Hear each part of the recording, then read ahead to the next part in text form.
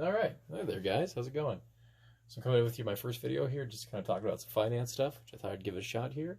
Kind of going through the high yield savings accounts here, which is pretty cool. So I'm kind of trying to talk about what the rates look like here in November 2020. Kind of going through a few examples, starting off with Marcus by Goldman Sachs, Citibank, which is their high yield savings account as well, and then your traditional Wells Fargo, which I'm sure a lot of people have seen and are familiar with around here in this area. Kind of wanted to talk through what it looks like for compounding, what the better rates are, and just overall what gets you more money in the long run. Because a lot of people don't know that these banks even exist, which is kind of crazy. So I'm going to walk you through those. So starting off here with $1,000 in the account up top here, kind of shown here in green. I'm going to go with Marcus by Goldman Sachs first, which has currently a rate of 0.5% as of, again, November 2020. Kind of going through 1 year here, we have $5 to a grand total of $1,005, and then 2 years, considering that we compound annually, as kind of noted down here, we come over to making $5.25, about 2 cents, which is pretty cool. Just slightly more than last year. Then we go to year 3, where we make $5.05, again, just slightly more than last year, and so not too bad.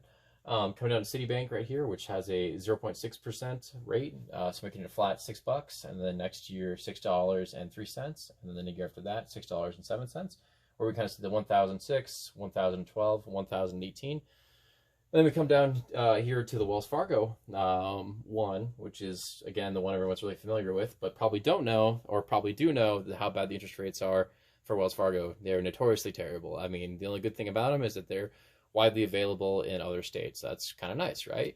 But other than that, not so much for the average investor or even just a person who has a checking account. Because you can see right here with 0.01% in the same $1,000 where we were getting $5 and $6 from Marcus and Citi, we're only seeing a 10-cent return on our same $1,000 in the Wells Fargo account. The Wells Fargo account is just garbage, and honestly, if you can keep as little money as you possibly can, and I understand we need stuff for bills and living and whatnot in that account, but if you can keep that out of this account and perhaps maybe in a better high yield savings account where you can make more money off of it, is kind of the way to go. As you can see right here, I kind of just left it as a flat 1,000, 1,000, 1,000, because even with the same math applied, where we compound once per year, it only comes out to about 10 cents, 10 cents, and 10 cents. And that's on an annual basis. Again, compare 10 cents to $6 and $5. It's pretty abysmal. So I'm sure a lot of folks have seen just how little money they actually give you back for having money with them in their account. And a really big reason for that is they have physical stores, brick and mortar. They have a lot more upkeep essentially, and they need to take care of their folks as well. So unfortunately, they have to offer these lower interest rates on money.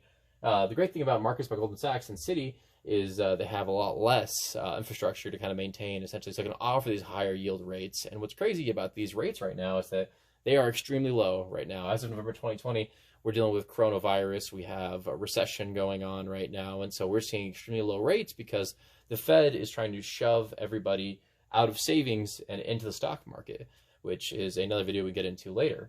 But the big winner and the powerhouse for these guys, you think like, holy cow, like why haven't I been doing these guys? Are they dangerous? Is there any risk with them?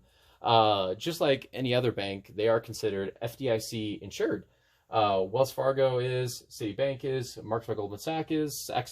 And if you don't know what FDIC insurance is, it's basically accounts are insured up to $250,000. So if for whatever reason the bank goes under or something happens to the bank, fire damage or whatever, essentially, your accounts are covered by the federal government up to $250,000. So it's a great way to keep money in this account that's under $250,000 and kind of keep you safe, which is awesome.